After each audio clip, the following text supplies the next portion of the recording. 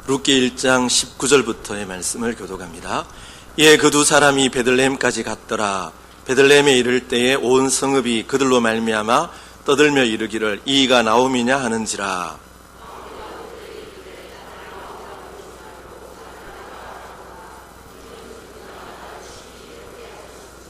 내가 풍족하게 나갔더니 여호와께서 내게 비어 돌아오게 하셨느니라. 여호와께서 나를 징벌하셨고 전능자가 나를 괴롭게 하셨거늘 너희가 어찌 나를 나오미라 부르느냐 하니라. 나오미가 모압 지방에서 그의 며느리 모압 여인 룻과 함께 돌아왔는데 그들이 보리 추수어 시작할 때에 베들레헴에 이르렀더라. 아멘. 지난 주간에 신방할 일로 창원을 간 적이 있었습니다. 창원대로를 타고 이렇게 쭉 가고 있는데 제 눈에 하나의 입간판이 눈에 들어왔습니다. 고향의 봄 이원수 문학관. 수없이 그 길을 지나다녔는데 지난 주간에 비로소 그 입간판을 보게 된 것입니다.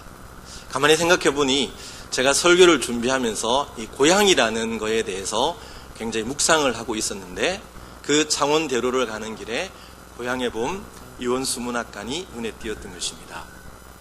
나의 살던 고향은 꽃피는 산골. 여러분 이 노래 아시죠? 복숭아꽃, 살구꽃, 아기진달래, 울긋불긋 꽃댁을 차린 동네, 그 속에서 놀던 때가 그립습니다. 이 노래를 작시한 분이 이원수 선생입니다.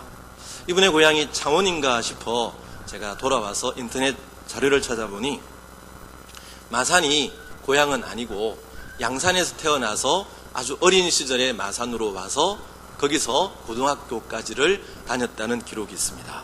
그러니까 이분에게 나의 살던 고향은 바로 마산이었고 그 어린 시절에 뛰어놀던 산천 그리고 봄날의 날들을 그리워하면서 고향의 봄이라는 노래를 만든 것입니다.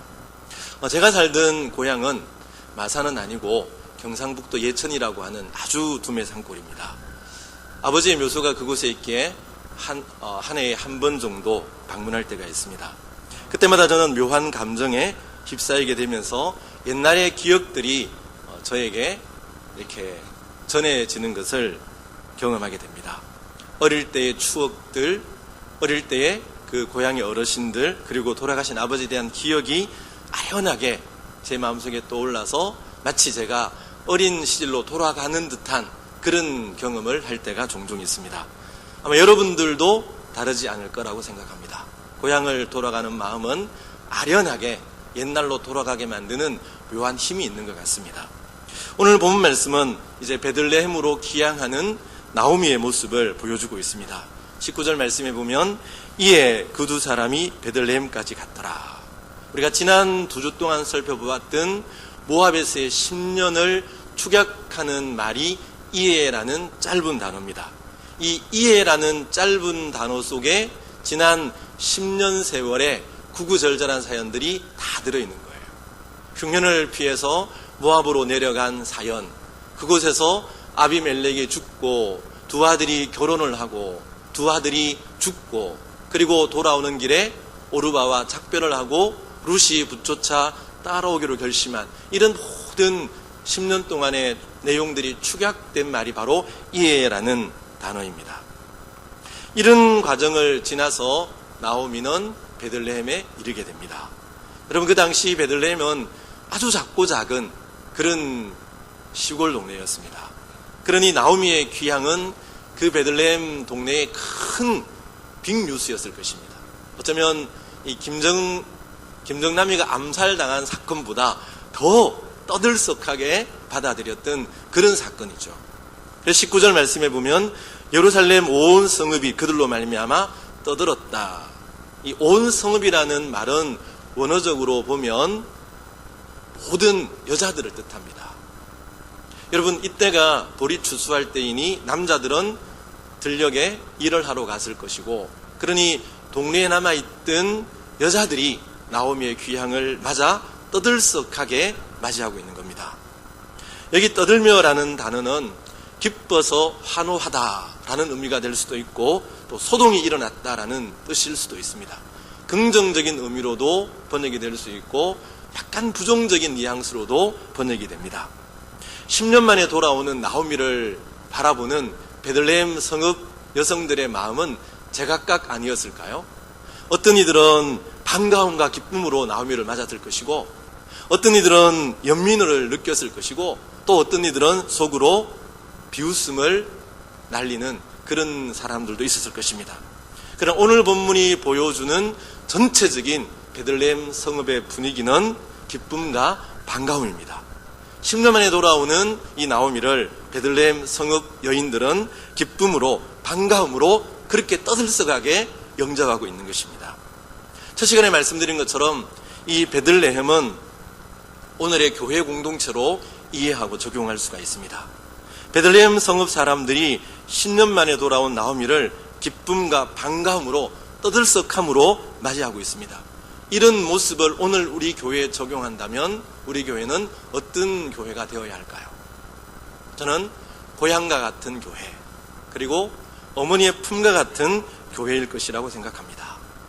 저는 우리 칠원교회 100년사를 발간할 때 그 서문에 이런 꿈을 적어 놓은 기억이 있습니다. 100년이라는 연륜을 자랑하는 고목이 되기보다는 목마르고 지친 영혼들이 맘 놓고 깃들일 수 있는 거목이 되려 합니다.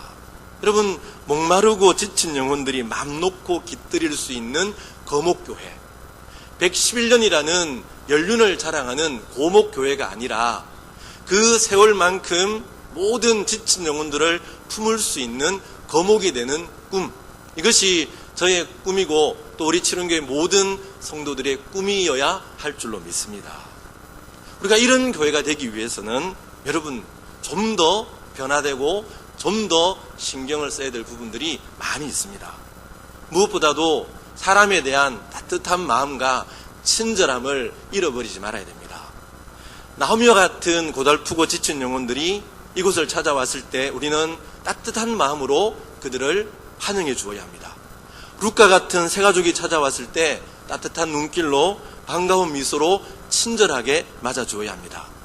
여러분, 이게 어려운 일인가요? 따뜻한 얼굴, 눈가에 미소를 띠고 그렇게 가벼운 목례를 하는 거 어려운 일이 아닙니다. 여러분들이 안내위원이라고 생각해 보십시오. 내가 올 2월 달에 칠원교회의 안내위원으로 선정을 받았다. 여러분, 교회 들어올 때 안내위원들이 얼마나 따뜻하고 친절한 말로 여러분들을 환영해 주었습니까? 내가 그 안내위원이라고 생각하고 곁에 있는 사람에게 목례로 하고 그리고 눈인사를 하고 인사말을 나누는 겁니다. 그러면 그 작은 나의 행동이 우리 칠원교회 공동체를 고향과 같은 교회로, 그리고 어머니 품과 같은 교회로 변화시킬 수가 있는 것입니다. 그러니 여러분 모두의 마음속에 나는 칠원교회 안내위원이다라는 이 마음을 새겨 놓을 수 있기를 바랍니다. 한 가지 더 있습니다. 우리가 새 가족이 오면 축복의 노래를 불러주고 떠들썩하게 박수를 쳐주고 환영을 합니다. 그러나 그것으로 끝나서는 안 된다는 거죠. 지속적인 관심과 사랑의 보살핌이 있어야 됩니다. 그들의 이름을 마음에 품고 그들을 위해 기도하고, 그리고 그분에게 찾아가서 함께 차도 마시고 함께 밥도 먹어주고, 그런 교제의 삼겹줄로 엮여져야 되는 것입니다. 이런 일들을 새가족 부에게만 맡겨놓아서는 안 됩니다. 구역에서도 관심을 가져야 하고 전도회에서도 관심을 가져야 됩니다. 오늘 등록한 교우는 다음 주 주보에 그분의 구역과 소속과 전화번호가 나옵니다. 그러면 구역에서 건찰들이, 전도회에서 그 이 일을 맡은 사람들이 전화를 하고 찾아가서 교제의 관계를 나누어야 되는 것입니다. 예수님께서는 한 생명이 온 천하보다 귀하다고 했습니다. 여러분, 그러므로 우리는 교회를 찾아온 이 시대의 나옴이나 룻 같은 사람에게 상처를 주거나 또 그들을 실족해 하는 일을 절대로 해서는 안 된다는 것이죠. 마태복음 18장 6절에 보면 주님이 이렇게 경고하십니다. 누구든지 나를 믿는 이 작은 자 중 하나를 실족하게 하면 차라리 연자맷돌이 금옥에 달려서 깊은 바다에 빠뜨려지는 것이 나으니라. 나옴이나 룻과 같은 사람 하나를 실족하게 만든다면 차라리 연자맷돌을 메고 바다에 빠지는 것이 더 낫다라고 그렇게 경고하고 있는 거예요. 우리가 만약 함부로 사람을 대해서 그 사람이 상처를 받고 실족하게 된다면 이 말씀을 주신 주님 앞에서 어찌 얼굴을 둘 수 있겠습니까? 그러므로 우리는 한 영혼을 천하보다 귀하게 여겨야 되는 것이죠. 이곳을 찾아오는 나오미와 룻과 같은 사람들이 바로 우리로 말미암아 하나님의 따뜻한 사랑을 느낄 수 있도록 우리는 친절과 온유로 그들을 대해야 하는 것입니다. 우리로 말미암아 우리 교회가 고향과 같은 교회, 어머니의 품과 같은 교회라는 아름다운 소문이 널리 퍼져나갈 수 있어야 됩니다. 여러분 모두 이런 성도들이 되고 이런 성도들로 말미암아 이런 천국과 같은 교회로 세워질 수 있기를 주님의 이름으로 축원합니다. 10년 만에 돌아온 나오미를 보고 베들레헴 여인들이 어떻게 말을 합니까? 이가 나오미냐 하는지라. 이가 나오미냐. 그저 읽으면 질문처럼 보입니다. 그러나 이 말은 질문이 아니라 감탄과 놀람입니다. 세번역 성경을 이렇게 번역하고 있는데요. 이게 정말 나오미인가? 이게 정말 나오미인가? 네가 정말 10년 전에 베들레헴을 떠났던 그 나오미가 맞느냐라는 그런 놀람과 감탄이에요. 그럴 수밖에 없잖아요. 여러분 10년 전에 나갈 때는 남편도 있었고 두 아들도 있었습니다. 10년 만에 돌아온 나오미의 곁에는 남편도 없고 두 아들도 없습니다. 모압 여인 룻이라는 과부가 된 며느리만 그의 곁에 있을 뿐이에요. 그래서 놀람과 그렇게 탄식하는 말로 이가 정말 나오미냐 그렇게 말하고 있는 것이죠. 이 말에 나오미가 어떻게 대답합니까? 나를 나오미라 부르지 말고 나를 마라라 부르라. 나오미는 이미 말씀드린 것처럼 희락, 기쁨, 즐거움, 단맛이라는 의미를 가지고 있습니다. 그런데 그 이름으로 나를 부르지 말고 마라라고 부르라고 합니다. 여러분 성경에 마라라고 하는 지명이 처음 나오는 곳이 어디죠? 어디쯤 될까요? 출애굽기 15장입니다. 출애굽기 15장에 보면 홍해를 도하하고 광야길을 3일 걸어가지만 마실 물이 없습니다. 고통 중에 힘들어할 때 한 오아시스를 발견하게 되는데 그런데 그 물이 써서 마실 수가 없었습니다. 그래서 그 지명을 마라 그렇게 이름을 붙이죠. 이 마라는 슬픔, 쓰라림, 쓴맛, 괴로움이라는 뜻입니다. 나오미는 자신의 인생이 마치 마라의 샘물과 같다고 말하고 있는 것입니다. 슬픔과 괴로움과 쓰라림만으로 가득한 그런 인생이라는 거죠. 여러분 나오미의 심정 이해가 되십니까? 그의 자괴감, 그의 괴로움이 조금이나마 상상이 되십니까? 오늘 여기 있는 우리는 이 나오미의 괴로움이나 고통을 다 알 수는 없을 거예요. 여러분 베들레헴을 떠날 때만 해도 모든 것이 풍족했습니다. 남편도 있었고 두 아들도 있었습니다. 내일에 대한 소망도 있었어요. 말 그대로 나오미, 단물과 같은 인생이었습니다. 그러나 지금은 텅 비어 있습니다.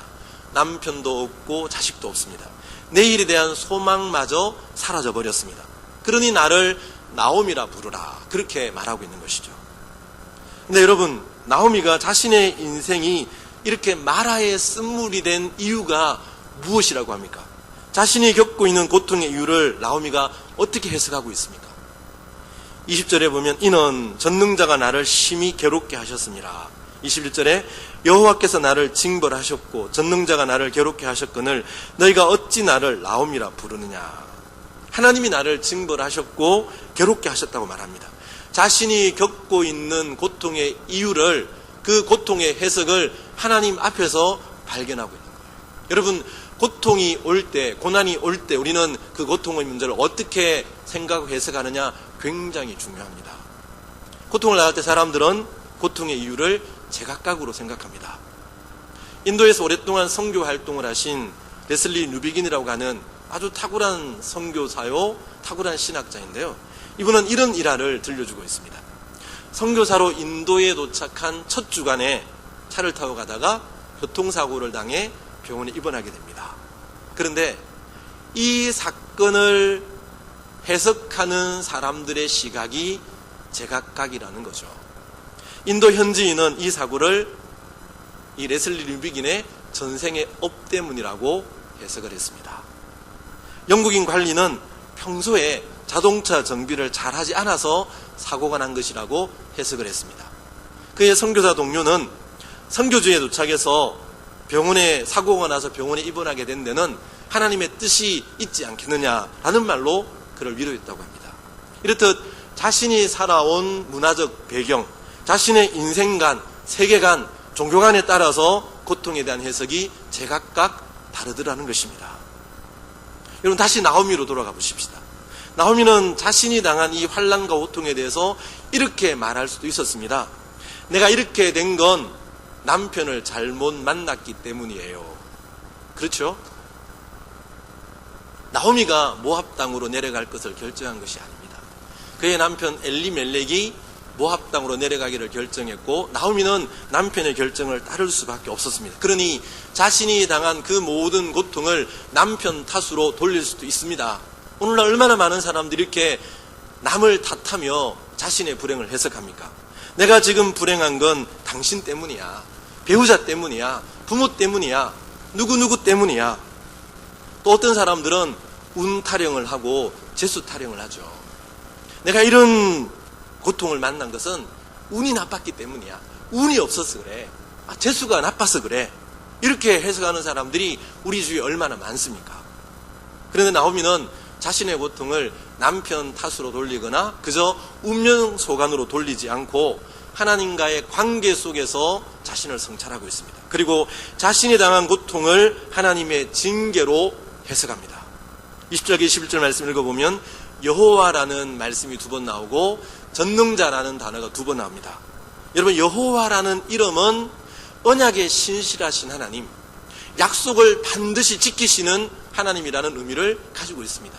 전능자라는 말은 우리가 흔히 알고 있는 샤다이, 이게 전능하신 하나님 하면 엘 샤다이인데 여기는 전능자니까 샤다이입니다.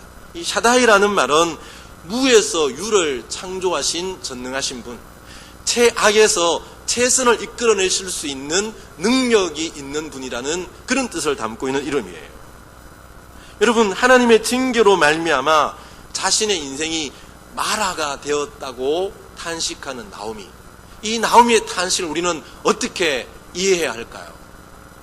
우리가 이 고백을 표면적으로만 읽으면 나오미는 하나님을 향해 원망하고 불평하는 언사처럼 느껴질 수가 있습니다.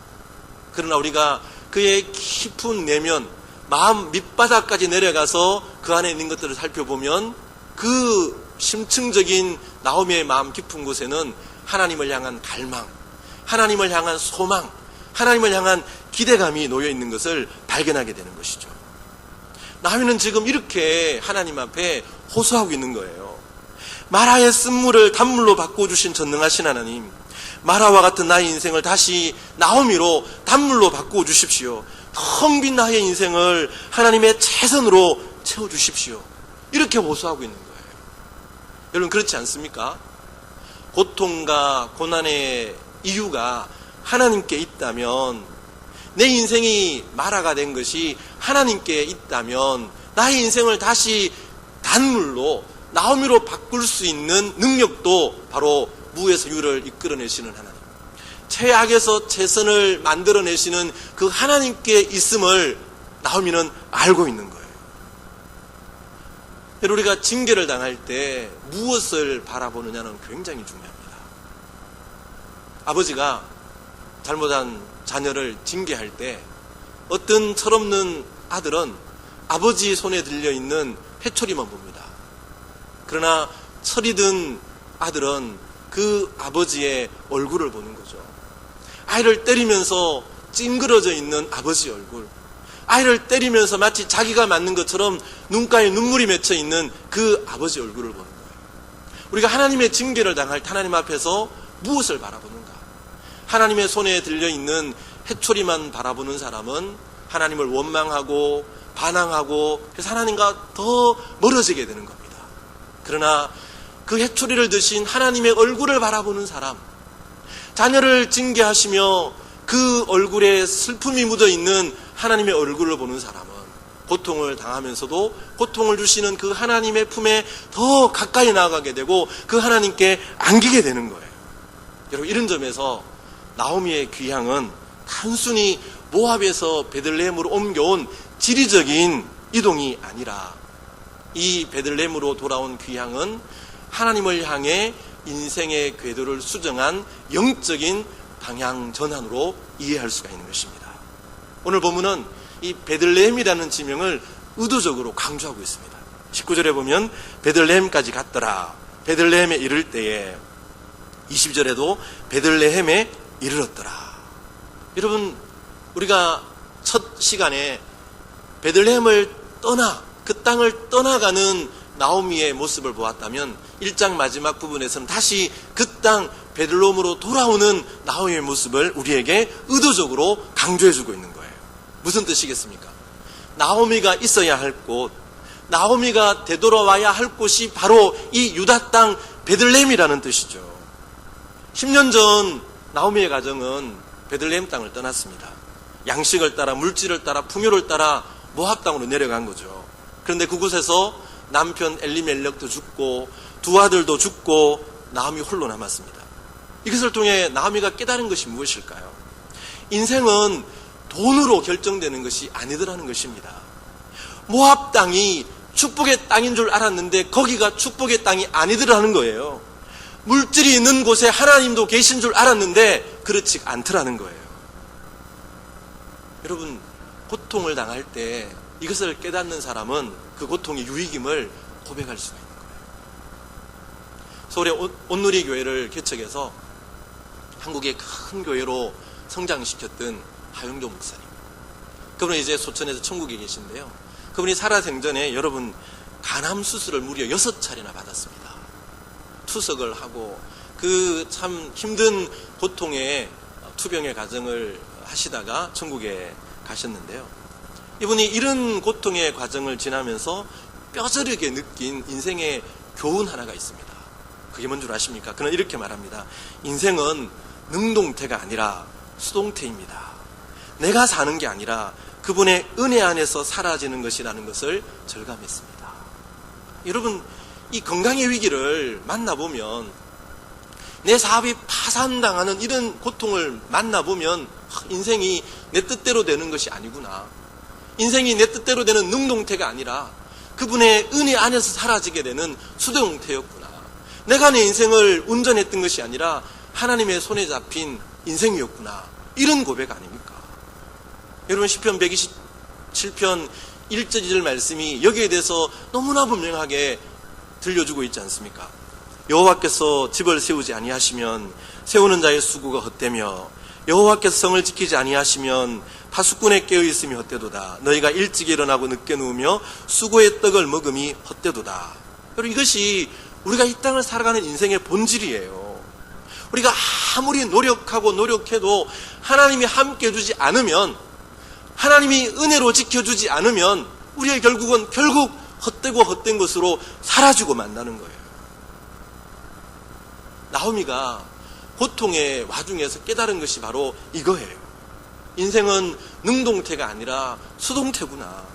내 힘으로 내는 것이 아무것도 없구나. 이것을 깨닫고 나오미가 베들레헴으로 돌아온 거죠.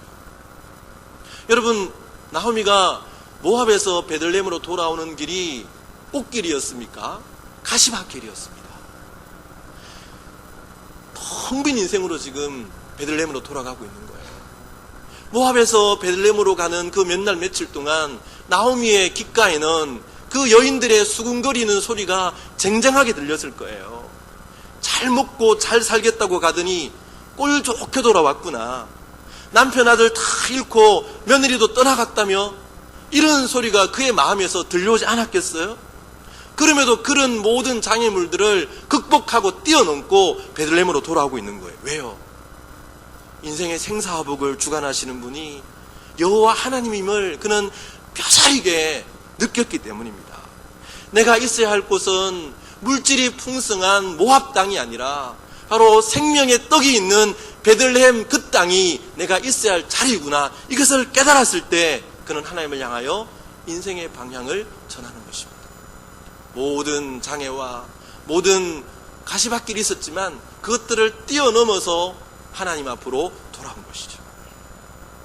저는 이 나오미의 마음을 생각하면서 나오미의 마음을 대변하는 찬송이 어떤 것일까 해서 제가 찬송을 선곡할 때 찬송을 참 많이 살펴보았습니다. 근데 찬송가 387장이 아마 이 귀향길에 있었던 나오미의 마음이 아닐까 그렇게 생각을 해보았더랬습니다. 멀리 멀리 갔더니 처량하고 고나며 슬프고도 외로워 정처 없이 다니니 예수 예수 내 주여 지금 내게 오셔서 떠나가지 마시고 길이 함께 하소서. 예수 예수 내 주여 마음 아파 울 때에 눈물 씻어주시고 나를 위로하소서. 여러분, 이게 나오미의 마음 아니었을까요? 물질을 찾아서 잘 먹고 잘 살겠다고 멀리 멀리 갔더니 여러분, 정처 없고 슬프고도 외로운 길이었어요. 마음 아파 울 때에 나의 눈물 씻어주시고 나를 위로해 주시고, 하나님 내 인생에 오셔서 나를 붙들어 주시고 나를 떠나가지 마십시오, 이런 마음으로 나오미는 베들레헴으로 돌아오고 있는 거예요.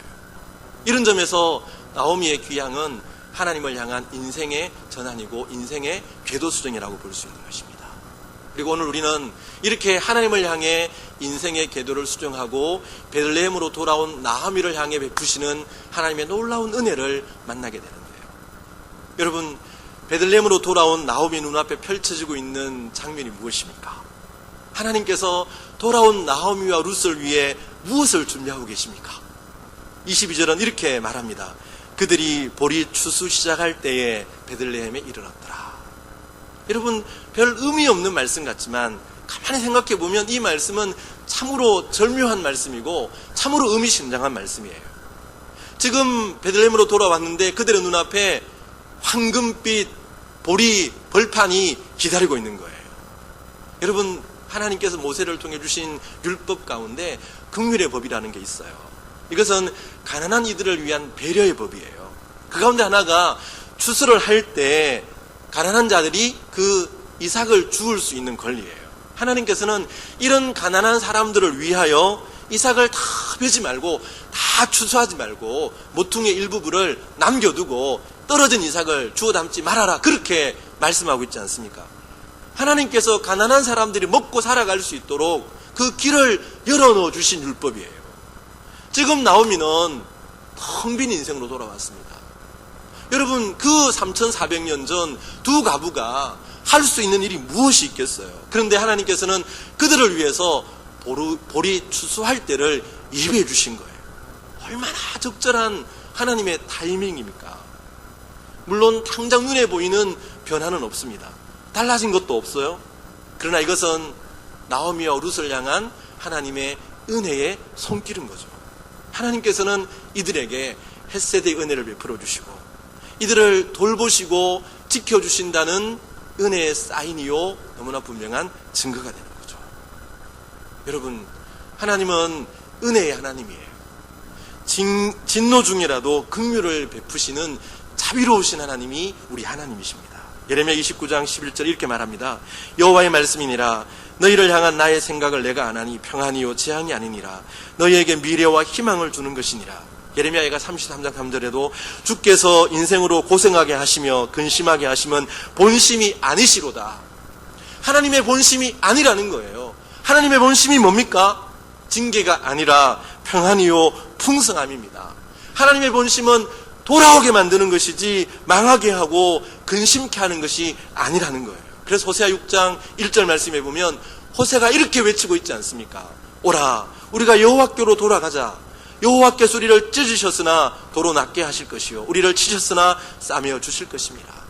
하나님 우리를 징계하셨지만 우리 징계의 원인이, 찢어짐의 원인이 하나님께 있기 때문에 오라, 우리가 여호와께로 돌아가자. 그 하나님 우리를 도로 낫게 하실 것이요 우리를 싸매어 주실 것이다, 그렇게 말씀하고 있지 않습니까? 여러분, 나오미가 하나님을 향해 방향 전환을 했을 때 회복의 역사가 시작되는 거예요. 밭에서는 추수의 기쁜 노래소리가 들려옵니다. 새로운 날, 회복의 날이 시작되는 거예요.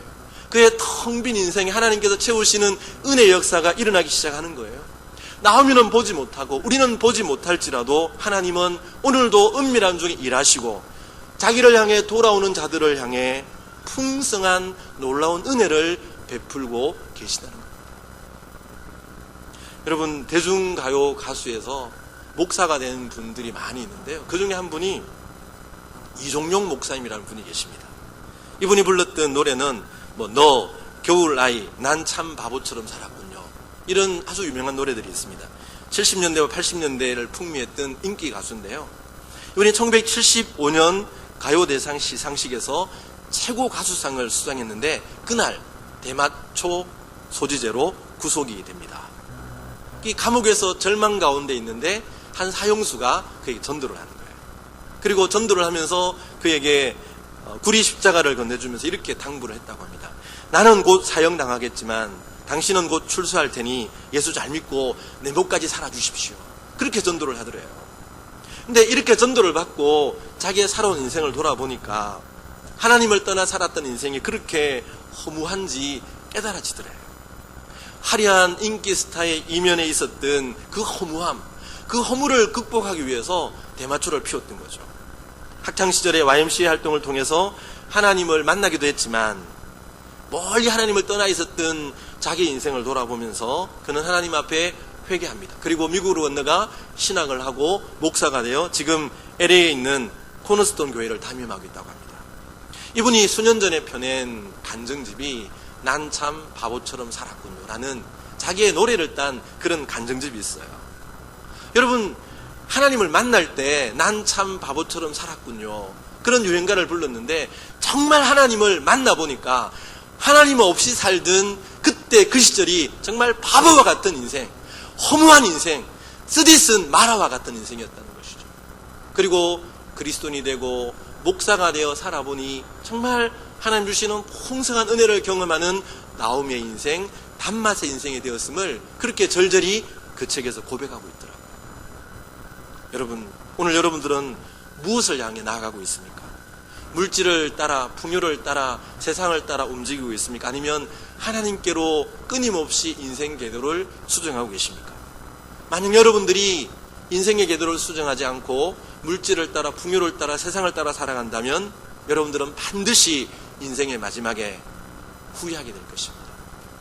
난 참 바보처럼 살았군요 라고 탄식할 수밖에 없을 것입니다. 오늘도 그렇게 후회 속에서, 아쉬움 속에서 인생의 마침표를 찍는 사람들이 여러분 얼마나 많습니까? 오늘 하나님께서는 이 말씀을 통해 우리에게 도전하십니다.